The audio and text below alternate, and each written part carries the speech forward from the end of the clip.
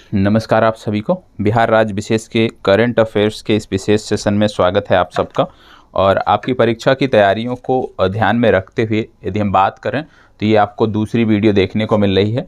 और इसमें जो महत्वपूर्ण प्रश्न हैं आपकी परीक्षा के लिए, जिसमें कुछ वर्तमान संदर्भ के भी प्रश्न लिए गए हैं और ज़्यादातर प्रश्न जो आपको देखने को मिलेंगे वो पुराने प्रश्न हैं, जहां से आपकी परीक्षाओं में लगातार जिन सेक्शन से प्रश्न पूछे जाते रहे हैं।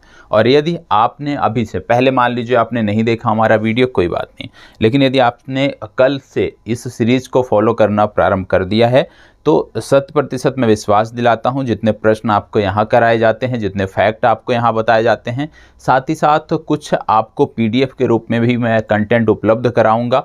कुछ मानक पुस्तकों के, जैसे घटना चक्र हो गया, उसका कुछ कंटेंट हो गया, इसके बाद प्रतियोगिता दर्पण आती है, उसका कुछ कंटेंट हो गया। तो वो आप स्वयं से यदि कर लेते हैं तो 100% आपका जो करंट अफेयर्स है वो यहाँ पे कंप्लीट हो जाएगा। तो सभी उपस्थित हो जाएं, आप सभी उपस्थित हो जाएं और उसके बाद इस चर्चा को हम प्रारंभ करते हैं और बीच बीच में इस बारे में भी हम जानकारी आपको देते रहेंगे।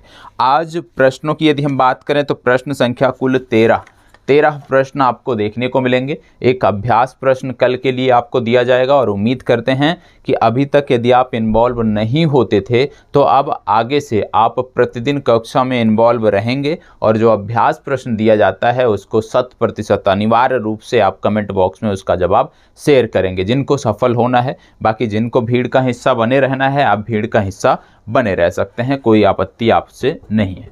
ठीक है, चलिए प्रश्न संख्या एक यहाँ पे बात हो रही है। ध्यान से सबसे पहले प्रश्न को पढ़ना है, अन्यथा प्रश्न आपका गलत हो जाएगा, जवाब आपका गलत हो जाएगा।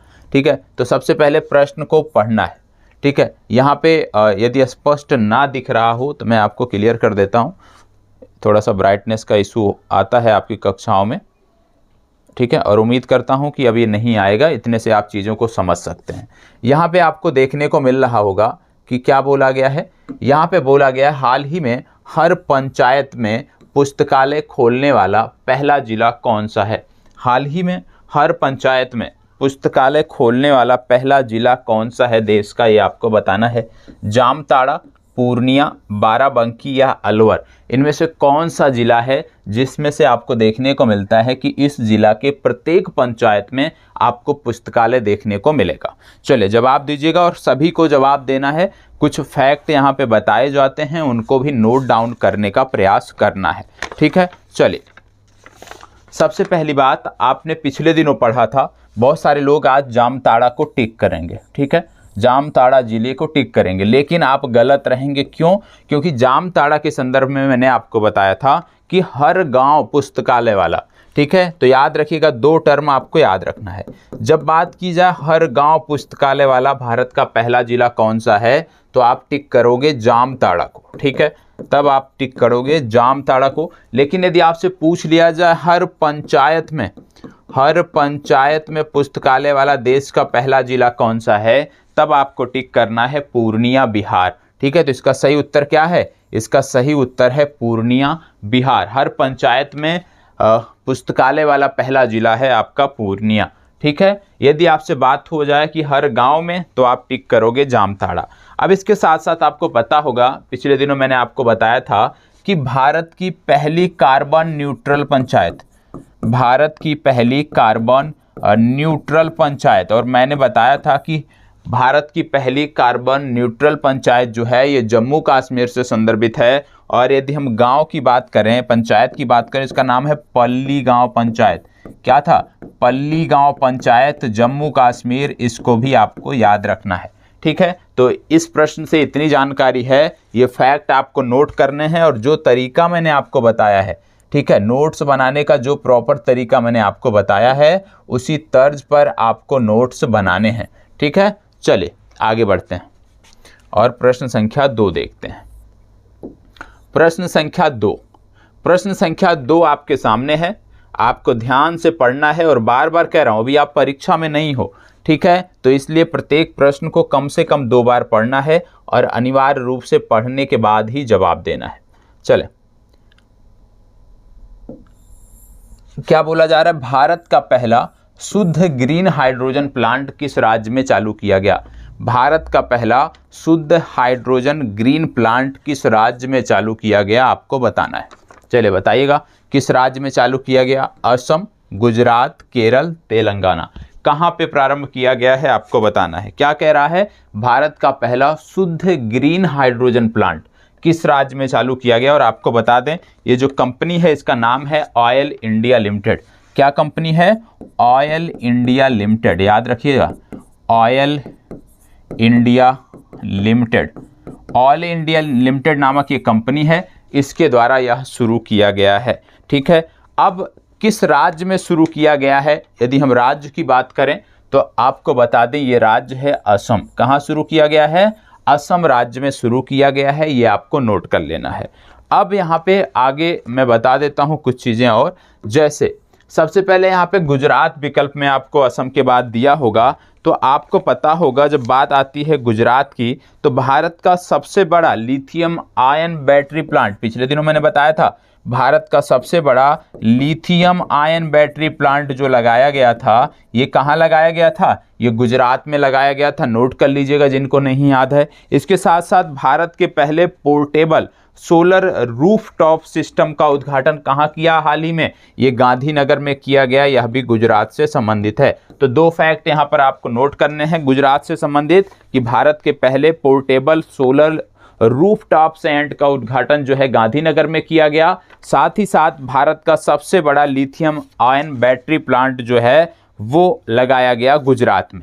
इसके बाद विकल्प में आप देख रहे होंगे केरल लिखा है। केरल से संबंधित कुछ फैक्ट बता देता हूं, उसको भी नोट कर लीजिए। जैसे कार्बन न्यूट्रल खेती प्रारंभ करने वाला, क्या? कार्बन न्यूट्रल खेती प्रारंभ करने वाला भारत का जो पहला राज्य है वो है केरल। याद रखिएगा, कार्बन न्यूट्रल खेती प्रारंभ करने वाला भारत का पहला राज्य है केरल। इसके साथ साथ जब बात करते हैं केरल की तो आपको पता होगा कि केरल में आपको देखने को मिलता है कोचीन शिपयार्ड। कोचीन शिपयार्ड आपको देखने को मिलता है केरल में, कोचीन शिपयार्ड। और कोचीन शिपयार्ड से संबंधित कुछ फैक्ट मैं आपको बता देता हूं, इसको भी नोट कर लीजिएगा। भारत के पहले स्वदेशी हाइड्रोजन ईंधन वाले इलेक्ट्रिक जहाज़ों का जो निर्माण हो रहा है वो कोचीन शिपयार्ड में हो रहा है, ये भी आपको याद रखना है।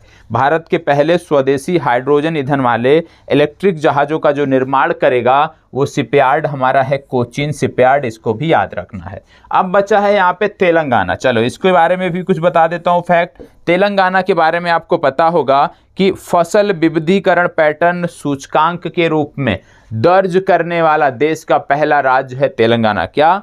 फसल विविधीकरण पैटर्न को सूचकांक के रूप में, फसल विविधीकरण पैटर्न को सूचकांक के रूप में दर्ज करने वाला भारत का पहला राज्य है तेलंगाना, यह भी नोट कर लीजिए। तो प्रत्येक प्रश्न आप देख रहे होंगे कि यदि आप एक प्रश्न देख रहे हैं तो कम से कम 5 से 6 फैक्ट बताए जा रहे हैं, मतलब 5 से 6 अतिरिक्त प्रश्न भी आपके तैयार हो रहे हैं। और आपकी जिम्मेदारी बनती है कि जैसे आप इस प्रश्न का जवाब देखते हैं उसी तरह से जो अतिरिक्त फैक्ट बताए जाते हैं उसको भी आपको नोट डाउन करना है। ठीक है, चलिए प्रश्न संख्या 3। प्रश्न संख्या 3 आपके सामने है। भारत की पहली जनजातीय स्वास्थ्य वेधशाला कहाँ स्थापित की जा रही है? भारत की पहली जनजातीय स्वास्थ्य वेधशाला कहाँ स्थापित की जा रही है? बताइएगा, भारत की पहली जनजातीय स्वास्थ्य वेधशाला कहाँ स्थापित की जा रही है, आपको बताना है। आपके सामने विकल्प हैं हिमाचल प्रदेश, उत्तराखंड, महाराष्ट्र, उड़ीसा। 4 विकल्प हैं, इन चारों में से आपको चुनाव करना है। भारत की पहली जनजातीय स्वास्थ्य वेधशाला कहाँ स्थापित की जा रही है? फास्ट जवाब दीजिएगा। चलें फास्ट जवाब दीजिएगा। भारत की पहली जनजातीय स्वास्थ्य वेधशाला कहाँ स्थापित की जा रही है? चलें फास्ट जवाब दीजिएगा।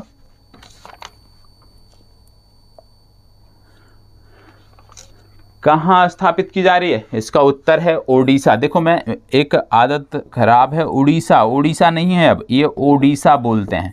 ठीक है, तो ऐसे लिखा जाएगा। ये थोड़ा सा टाइपिंग में हमेशा एरर होता है, उड़ीसा, ओडिशा में, उड़ीसा को अब बोलते हैं ओडिशा। ठीक है, तो यहाँ पे ओडिशा सही विकल्प है। अब यहाँ पे उत्तराखंड भी दिया हुआ है। उत्तराखंड के बारे में क्या फैक्ट आपको याद होना चाहिए जो पिछले दिनों पढ़ाया भी गया है? स्वास्थ्य सेवा क्षेत्र में वाणिज्यिक ड्रोन सेवा प्रारंभ करने वाला, स्वास्थ्य सेवा क्षेत्र में वाणिज्यिक ड्रोन सेवा प्रारंभ करने वाला भारत का पहला राज्य है उत्तराखंड।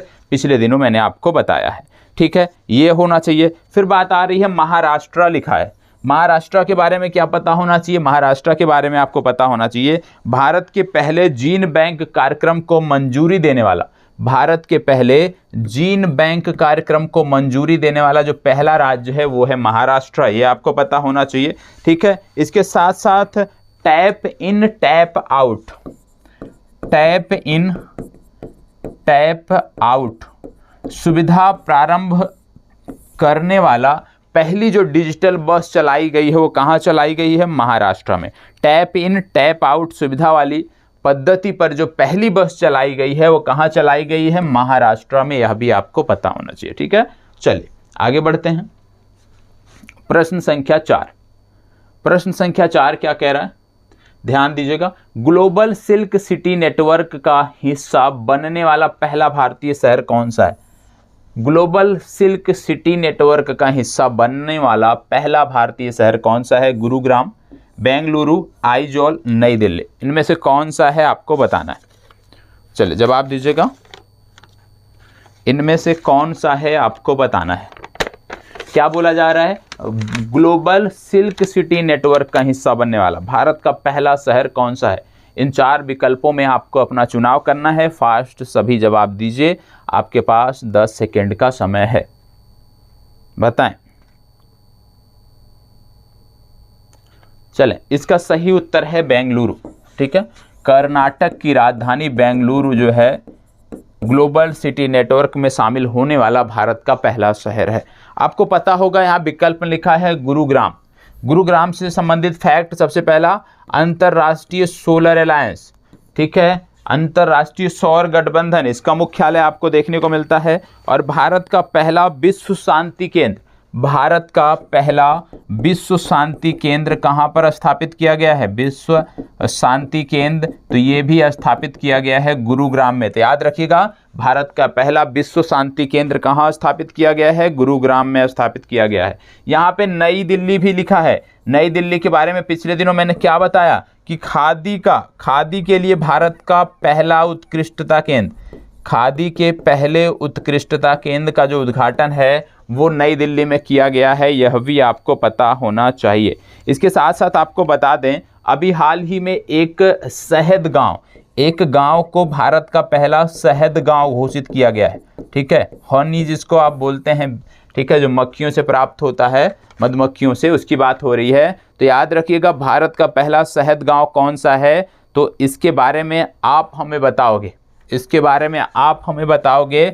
उत्तर मैं इतना हिंट दे दे रहा हूँ कि ये महाराष्ट्र में है। ये आपका होमवर्क है कि आप गूगल सर्च करो या जैसे भी आपको करना है आप करें, ठीक है। और इसको आप बताएं कि भारत का पहला शहद गांव कौन सा है, और बहुत ही महत्वपूर्ण है, महाराष्ट्र में तो है लेकिन गांव का क्या नाम है ये आपको बताना है, अनिवार्य रूप से बताना है। आज का पहला होमवर्क है ये आपका, ठीक है। भारत का पहला शहद गांव कौन सा है सभी को बताना है। यदि नहीं पता है तो मैं आपको बताऊंगा, लेकिन पहले आप एक बार अपने से प्रयास करेंगे। नहीं आता है कमेंट बॉक्स में इस वीडियो के जरूर बताइएगा, वीडियो समाप्त होने के बाद, ये सेशन समाप्त होने के बाद, और मैं उसका जवाब आपको दूंगा।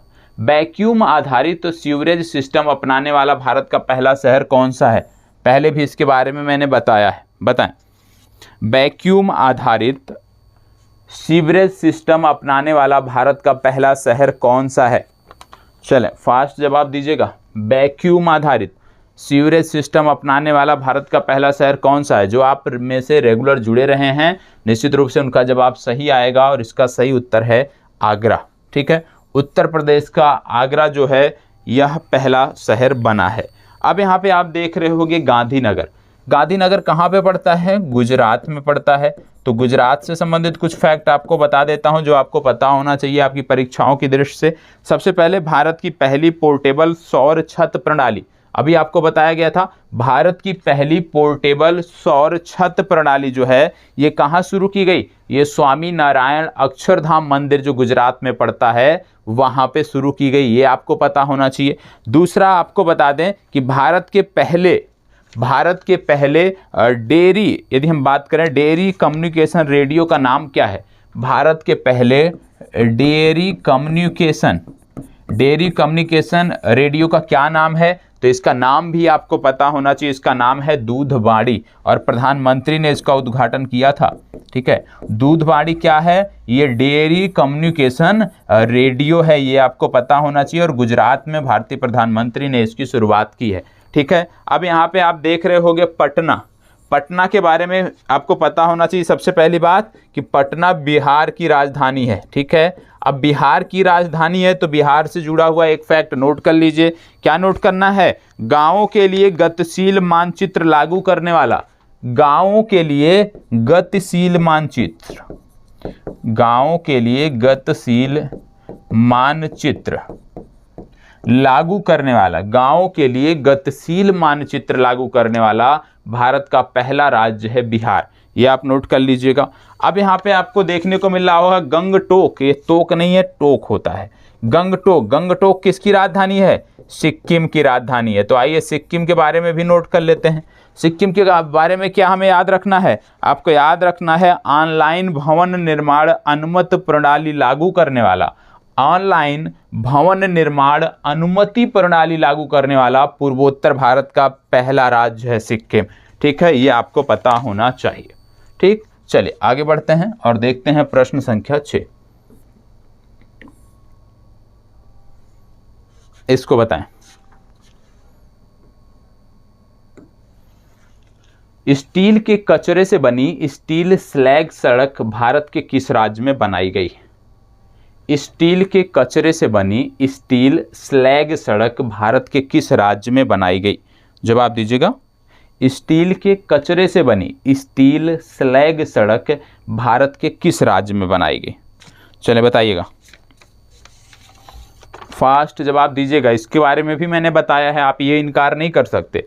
यदि आप रेगुलर करंट अफेयर्स देख रहे हो, अपने नोट्स पलटने हैं, उसके पेज पलटने हैं और गुजरात राज्य सेक्शन के अंतर्गत जाके देखना है, तो आपको देखने को मिलेगा कि ये सड़क जो है ये गुजरात के सूरत में बनाई गई है। जिनको अभी तक नहीं पता था आज नोट कर लीजिएगा, कहाँ पे बनाई गई? गुजरात के सूरत में बनाई गई। अब अगर गुजरात में बनाई गई है तो कुछ चीज़ें आप नोट कर लीजिएगा। सबसे पहली बात कि विश्व के पहले नैनो यूरिया संयंत्र, आपको पता होगा, ये भी मैंने पढ़ाया है आपको, विश्व के पहले नैनो यूरिया संयंत्र का जो उद्घाटन है ना, वो कहाँ किया गया? वो गुजरात में किया गया, ये आपको पता होना चाहिए। विश्व के पहले नैनो यूरिया संयंत्र का उद्घाटन गुजरात में किया गया। भारत का पहला अंतर्राष्ट्रीय वित्तीय सेवा केंद्र कहाँ खोला गया? भारत का पहला अंतर्राष्ट्रीय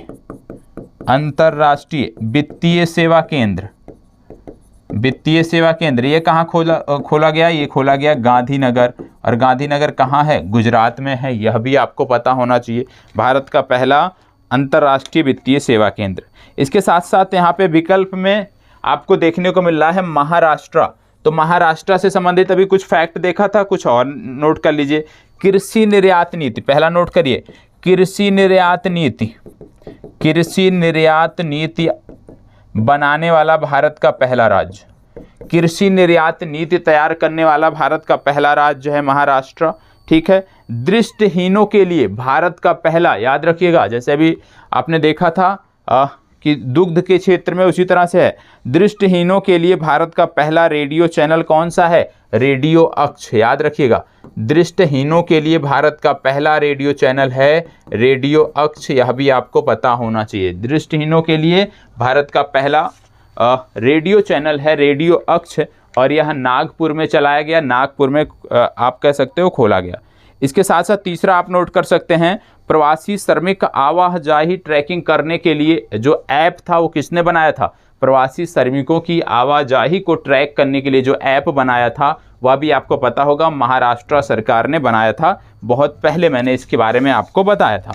तो चीज़ों को याद करना है, फैक्ट को याद करना है, यही काम देगा। ठीक है, अब यहाँ पे कश्मीर की बात हो रही है तो जम्मू कश्मीर से जुड़ा हुआ फैक्ट भी बता देता हूँ। जम्मू कश्मीर से जुड़े हुए फैक्ट की जब बात करते हैं तो आपको पता होगा उत्तर भारत के प्रथम औद्योगिक बायोटेक पार्क, याद रखिएगा, उत्तर भारत के प्रथम औद्योगिक बायोटेक पार्क कहाँ पे खोला गया? तो आपको याद रखना है कठुआ में खोला गया। ठीक है, ये आपको पता होना चाहिए।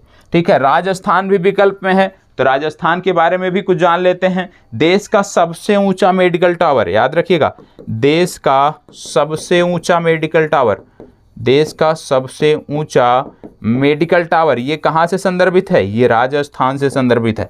ठीक है, राजस्थान में कहाँ से संदर्भित है? तो राजस्थान के जयपुर से संदर्भित है। ठीक है, इसको भी नोट कर लीजिए। जिसको समस्या हो रही है, कुछ मान लीजिए छूट जा रहा है, तो वीडियो ये समाप्त होगी, प्रीमियर समाप्त होगा, रिकॉर्डेड फॉर्मेट में आपको वीडियो मिलती है, वहाँ से जाकर फिर से इसको नोट कर लेना है, कोई भी फैक्ट छूटना नहीं चाहिए। चलिए आगे बढ़ते हैं। प्रश्न संख्या 7, भारतीय वायुसेना के लिए देश का पहला हेरिटेज सेंटर कहाँ बनाया जाएगा? भारतीय वायुसेना के लिए देश का पहला हेरिटेज सेंटर कहाँ बनाया जाएगा?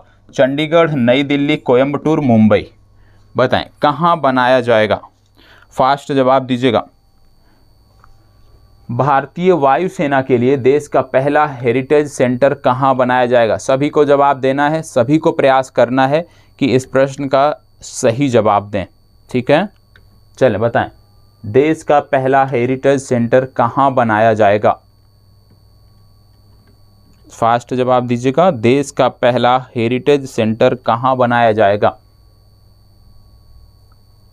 आपको बता दें, बात हो रही है देश के पहले हेरिटेज सेंटर की, तो ये बनाया जाएगा चंडीगढ़ में। इसका सही जवाब है चंडीगढ़। यहाँ पे विकल्प में नई दिल्ली भी दिया है। नई दिल्ली से संबंधित फैक्ट की हम बात करते हैं तो आपको पता होगा, नई दिल्ली में एक एयरपोर्ट है जिसको बोलते हैं इंदिरा गांधी अंतर्राष्ट्रीय हवाई अड्डा। इंदिरा गांधी अंतर्राष्ट्रीय हवाई अड्डा की जब बात करते हैं तो भारत का पहला पूरी तरह हाइड्रोजन पावर, भारत का पहला पूरी तरह से हाइड्रोजन पावर और सौर ऊर्जा से चलने वाला यदि कोई हवाई अड्डा है तो वो है इंदिरा गांधी अंतर्राष्ट्रीय हवाई अड्डा। याद रखिएगा, भारत का पहला पूरी तरह से 100% हाइड्रोजन और सौर ऊर्जा से चलने वाला हवाई अड्डा इंदिरा गांधी अंतर्राष्ट्रीय हवाई अड्डा है। दूसरे विकल्प में आपको दिख रहा होगा कोयम्बटूर। कोयम्बटूर से कुछ आपको याद आना चाहिए। क्या याद आना चाहिए? एक ट्रेन चलाई गई थी, भारत गौरव योजना, आपने सुना होगा भारत गौरव योजना। और भारत गौरव योजना के अंतर्गत जो पहली ट्रेन चलाई गई थी, वो 2 स्थानों के लिए चलाई गई थी। एक स्थान आपका था कोयम्बटूर और दूसरा स्थान था शिरडी। तो याद रखिएगा, भारत गौरव योजना के अंतर्गत पहली ट्रेन कोयम्बटूर से शिरडी तक चलाई गई। तीसरा आप देख रहे होंगे मुंबई।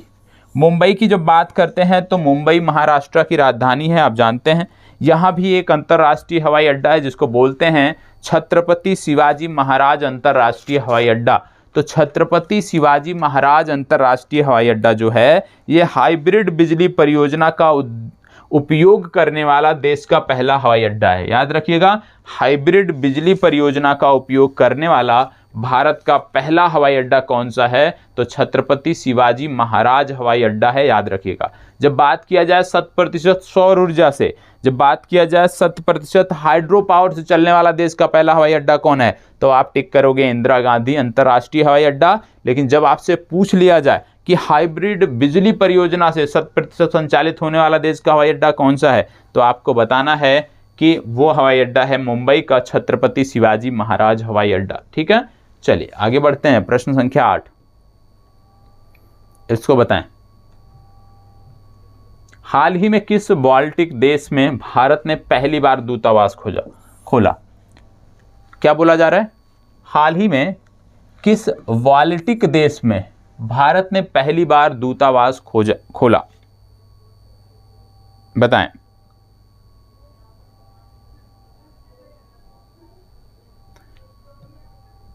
चलिए जवाब दीजिएगा। देखो यहाँ पे बात हो रही है बाल्टिक देश, तो सबसे पहले बाल्टिक देशों के बारे में आपको पता होना चाहिए।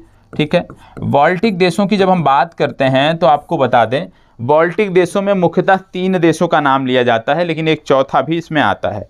और रूसी साम्राज्य से प्रथम विश्व युद्ध के दौरान कुछ देश जो थे वो अलग हुए थे। ठीक है, प्रथम विश्व युद्ध के दौरान रूसी साम्राज्य से कुछ देश अलग हुए थे, जिसमें एस्टोनिया, लातविया और लिथुआनिया, एस्टोनिया, लातविया और लिथुआनिया, ये 3 देश आते थे। लेकिन फिनलैंड जो बाद में रूसी स्वतंत्रता से मुक्त हुआ, आप कह सकते हो रूसी शासन से मुक्त हुआ, उसको भी कभी कभी इसमें जोड़ लेते हैं। लेकिन मुख्य रूप से 3 देश इसमें आते हैं, जिसमें मैंने आपको बताया लातविया, लिथुआनिया और एस्टोनिया। तो इन तीनों में से तीनों नाम दिए हैं, चारों नाम आपको दिए हुए हैं।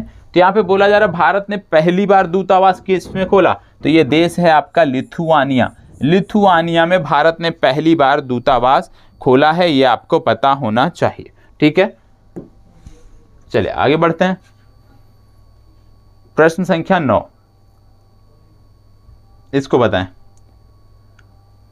हाल ही में कहां पर बर्ड फ्लू का नया स्ट्रेन H3N8 सामने आया है?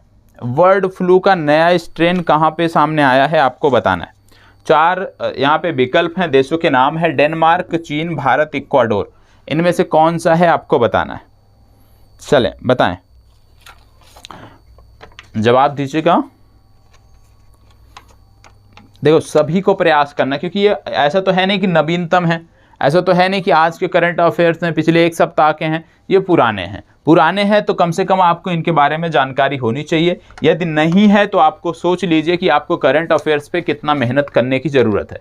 यदि आज 12-13 प्रश्नों में से 8 प्रश्न भी आप नहीं सही कर पा रहे हो, यदि इसमें से इन 12-13 में से कोई 8 तक भी पहुंच रहा है या कोई 6 प्रश्न भी सही कर ले रहा है ना, तो भी वो समझेगा कि करंट अफेयर्स में उसकी जो स्थिति है वो बेहतर है। लेकिन यदि 6 से कम किसी का स्कोर आ रहा है तो निराशाजनक है। आप जितना अन्य सब्जेक्टों पर फोकस कर रहे हो उतना ही आवश्यक है कि आप करंट अफेयर्स भी फोकस करो, तभी आपकी परीक्षा आप कह सकते हो कि प्रारंभिक परीक्षा क्वालिफाई हो पाएगी। ठीक है, इसका सही उत्तर है चीन। ठीक है, तो याद रखिएगा इसका सही उत्तर है चीन। अब बात हो रही है डेनमार्क की। डेनमार्क भी विकल्प में दिया है। तो डेनमार्क इन दिनों इसलिए चर्चा में है क्योंकि डेनमार्क ने कोविड-19 का जो टीकाकरण हो रहा था उसको स्थगित कर दिया, और ऐसा करने वाला यह विश्व का पहला देश है। ठीक है, भारत का नाम आ रहा है। भारत के बारे में बात करें तो अभी हाल ही में मालदीव ने, एक देश है हमारा पड़ोसी देश है, इसके साथ हम एक सैन्य अभ्यास भी करते हैं। तो मालदीव ने भारत के साथ अभी हाल ही में नेविगेशन चार्ट का अनावरण किया है। तो ये भी याद रखना है कि यदि पूछ लिया जाए कि मालदीव ने किस देश के साथ नेविगेशन चार्ट का अनावरण किया, तो आपको बताना है भारत के साथ।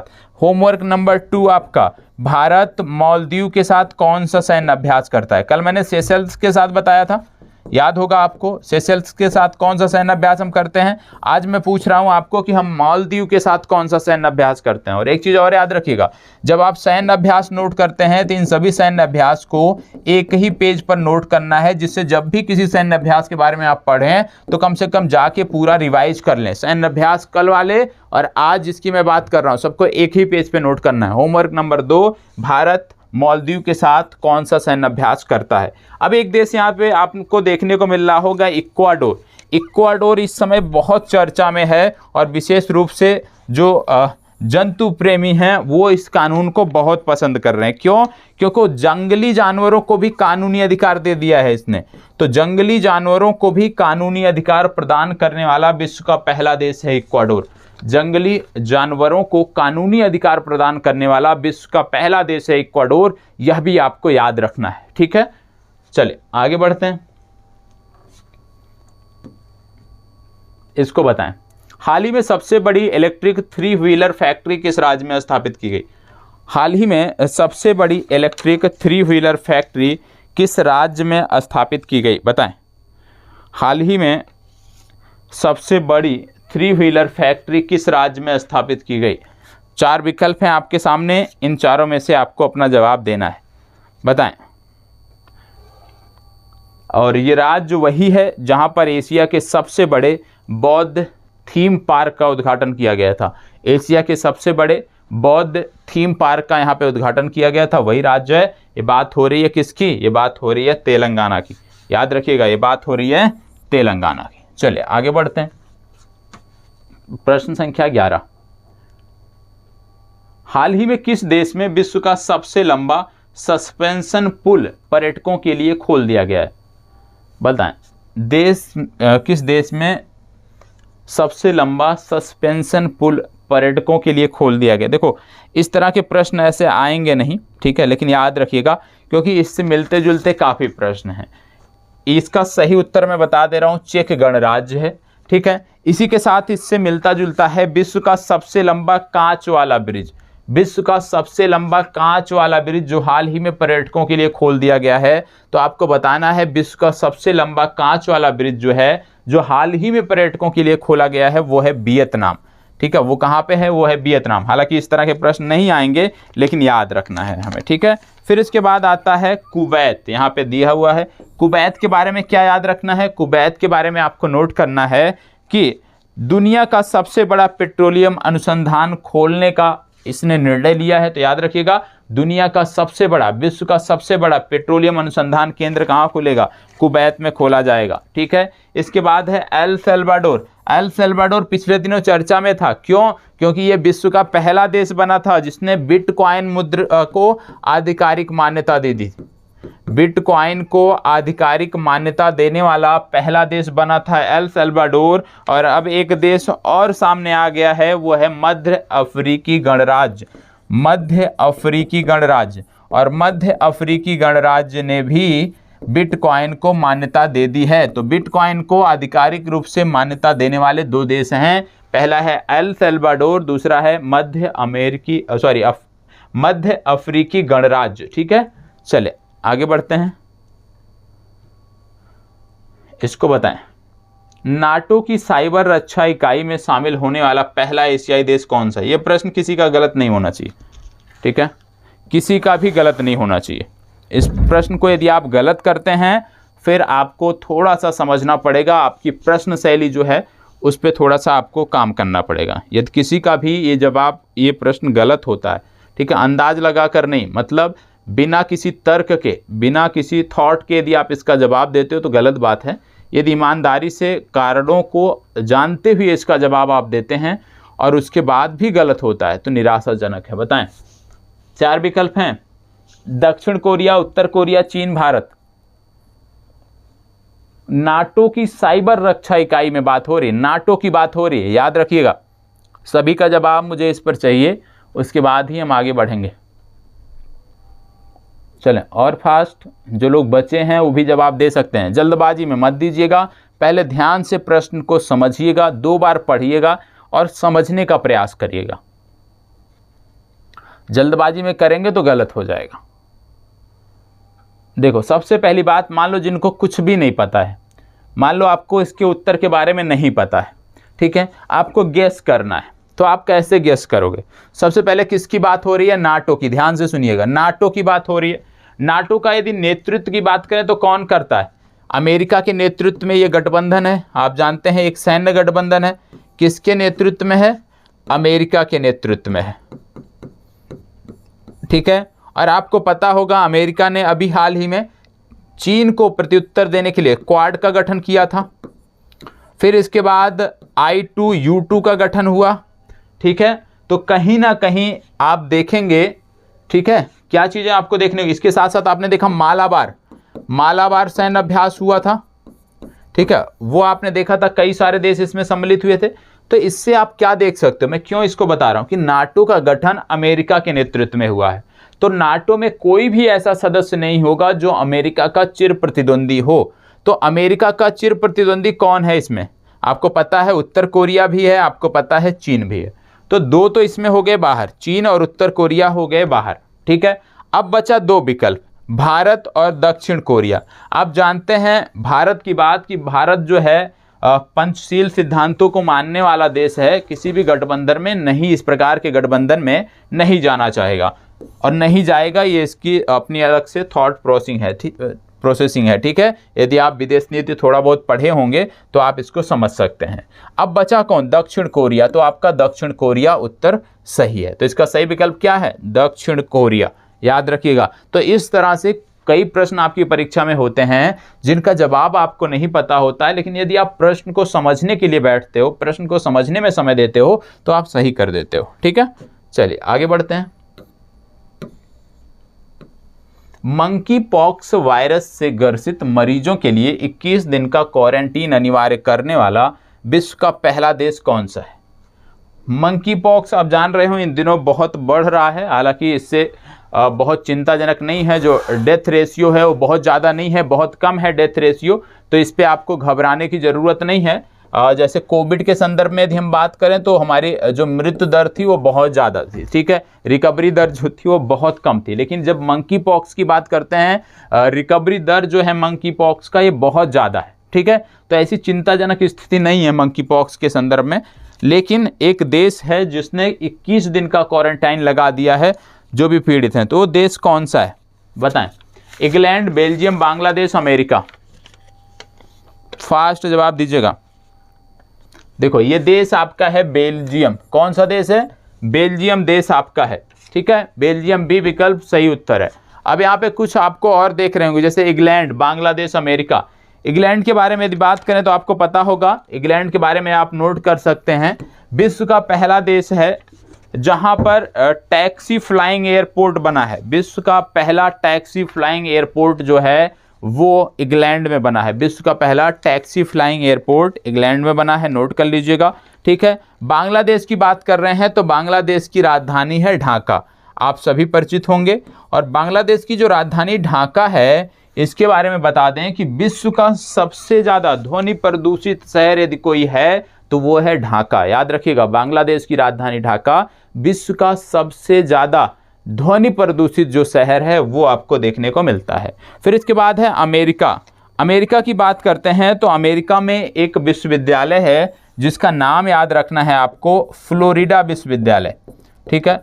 फ्लोरिडा विश्वविद्यालय है। और फ्लोरिडा विश्वविद्यालय इन दिनों चर्चा में क्यों है? क्योंकि फ्लोरिडा विश्वविद्यालय में क्या हुआ कि चंद्रमा से मिट्टी लाया था। नासा के कुछ वैज्ञानिकों ने चंद्रमा से लाई थी मिट्टी, और चंद्रमा से जो मिट्टी लाई थी उस पे क्या किया है फ्लोरिडा विश्वविद्यालय के शोधकर्ताओं ने?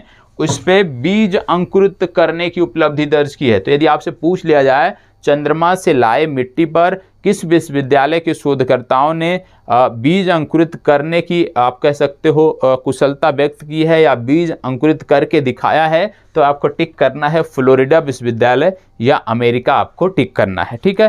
तो ये तो हो गए प्रश्न संख्या 13 तक का। अब बात आती है आज के अभ्यास प्रश्न की। आज का अभ्यास प्रश्न क्या है? हाल ही में किस देश के शोधकर्ताओं द्वारा मानव रक्त में माइक्रोप्लास्टिक पाए जाने की पुष्टि की गई? हाल ही में किस देश के शोधकर्ताओं द्वारा मानव रक्त में माइक्रोप्लास्टिक पाए जाने की पुष्टि की गई, ये आपको बताना है। Netherlands, Canada, Israel, Indonesia. किस देश के वैज्ञानिकों ने यह बताया है, किस देश के वैज्ञानिकों ने यह पाया है कि जो मानव रक्त है उसमें भी माइक्रोप्लास्टिक देखने को मिला है, माइक्रोप्लास्टिक के कंटेंट मिले हैं, ये आपको बताना है। 4 देश नीदरलैंड, कनाडा, इजराइल, इंडोनेशिया आपके हैं। विकल्प में जो भी सही है वो आपको जवाब देना है। इसके साथ साथ एक चीज और ध्यान रखिएगा, क्या लिखा हुआ है? सही विकल्प चुनने के साथ अभ्यास प्रश्न में दिए गए चारों विकल्पों के बारे में कम से कम 2 से 3 फैक्ट, 2 से 3 तथ्य अवश्य बताएं। इसका मतलब क्या है कि इसमें मान लीजिए, उदाहरण के रूप में मान लीजिए इंडोनेशिया सही है, इस प्रश्न का यदि सही जवाब इंडोनेशिया है तो आपको क्या करना है, कम से कम नीदरलैंड के बारे में कुछ जानकारी, कम से कम कनाडा के बारे में कुछ फैक्ट जो आपको पता हो, इसी तरह से कुछ फैक्ट इजराइल के बारे में, चाहे वो आप कह सकते हो राजनयिक घटनाक्रम से हो, चाहे वो सैन्य घटनाक्रम से हो, चाहे वो आप कह सकते हो शैक्षणिक घटनाक्रम से, मतलब किसी भी प्रकार की जानकारी आपको बताना है। तो ये साथ साथ करना है। 2 आपको होमवर्क दिए गए हैं, 2 प्रश्न उसको आपको करना है, ठीक है, जो मैंने आपको बीच कक्षा में पूछा था, और इसको आपको जवाब देना है। और याद रखिएगा नोट्स आपको अलग बनाते हुए चलना है। फिर से रिपीट कर दे रहा हूँ कि ऐसे छात्र जिन्होंने अभी तक करंट अफेयर्स नहीं देखा था, नहीं किया था, लेकिन अब आप रेगुलर कर रहे हो हमारे साथ जुड़कर, तो इतना भरोसा रखिएगा कि यदि आप जो अभी रेगुलर कर रहे हो और जितना आपकी परीक्षा तक कराया जाता है, मात्र उतना भी यदि आप कंप्लीट करके जाते हैं तो भी आपको कोई समस्या नहीं होगी, करंट अफेयर्स आपका बेहतर होगा। कुछ चीज़ें मैं और उपलब्ध कराऊंगा पीडीएफ के रूप में, उसको भी आपको देखते हुए चलना है। इसके अतिरिक्त कुछ और जानकारी आपके लिए है कि रविवार के दिन करंट अफेयर्स के कम से कम 100 प्रश्नों की, प्रत्येक रविवार को जो भी 2 मिलता है, 3 मिलता है, जो भी मिलता है, प्रत्येक रविवार को कम से कम 100 प्रश्नों की करंट अफेयर्स की एक सीरीज होगी, उसमें भी आप सभी को प्रतिभाग करना है, समय बता दिया जाएगा। और आपको पता होगा कि आपका जो टेस्ट था ऐप के माध्यम से तो इस समय नहीं हो रहा है, लेकिन लाइव टेस्ट आपका हो रहा है, जो सुबह 8 बजे लाइव कक्षा होती है, उसमें आप जुड़ सकते हैं, उसमें आप अपनी तैयारियों को जांच सकते हैं। तो आज के लिए इतना ही। उम्मीद करता हूं तैयारी सही चल रही होगी आप सबकी, और जो भी समस्या है, किसी भी प्रकार की कोई समस्या है, आप कमेंट बॉक्स में बताएं। आप देखते होंगे प्रत्येक छात्र की जो भी जेन्युइन समस्या होती होगी, जो आप वास्तव में कोई आपकी समस्या होती होगी, आप कमेंट करते होगे, 100% मैं स्वयं से जवाब देता हूं। ठीक है, तो आप कमेंट बॉक्स के माध्यम से हमसे जुड़ सकते हैं। बाकी बहुत सारे छात्रों के सोशल मीडिया पे भी मैसेज आते हैं। आज भी मुझे कुछ मैसेज फेसबुक के माध्यम से, 2-3 मैसेज इंस्टाग्राम के माध्यम से प्राप्त हुए हैं, जिसमें बात हुई है पुस्तकों को लेकर कि सर आर्थिक रूप से समस्या है।